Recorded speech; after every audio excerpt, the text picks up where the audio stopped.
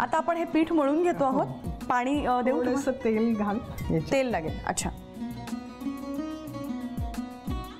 बस बस बस बस बस. आता याच्यामध्ये अजून का? आता आपल्याला हे बाकी याच्यात आता थालपीठाची ही सगळी तयारी झाली आहे. आपल्याला फक्त पाणी घालून हे मळायचं आहे आणि तव्याला हे थालपीठ लावायचं आहे. अच्छा, अजून थोडं लागेल का? थोडं लागेल ना, थोडं लागेल. हा, मळताना जो पिठाचा वास येतो ना तो मला खूप आवडतो. आता पीठ मळून झालेलं आहे आणि ते आपण तव्यावर थापून घेणार आहोत. आधी थंड तव्यावर थापणार आहोत, बरोबर ना? त्याला तेल लावून घेणार आहोत ना आपण.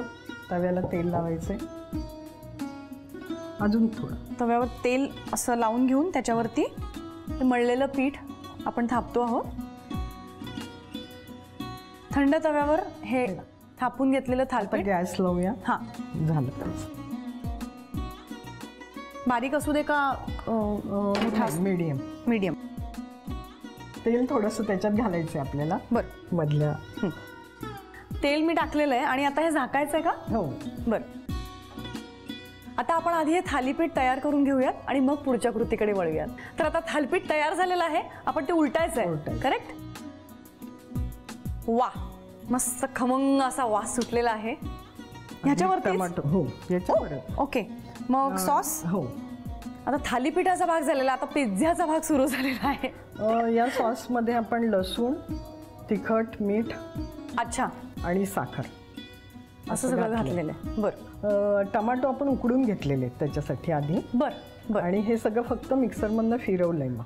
अच्छा, बरं.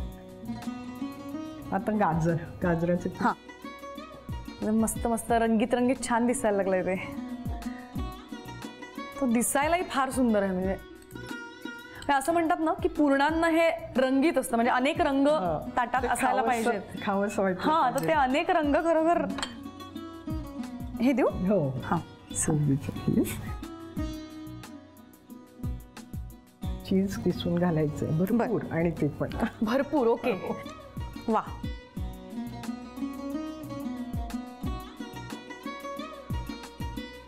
आता हे चीज खिसून झालेलं आहे. 2 मिनिटं हे पिझ्झा थालीपीठ असंच ठेवायचं आहे. तोवर तुम्ही पहा रिकॅप.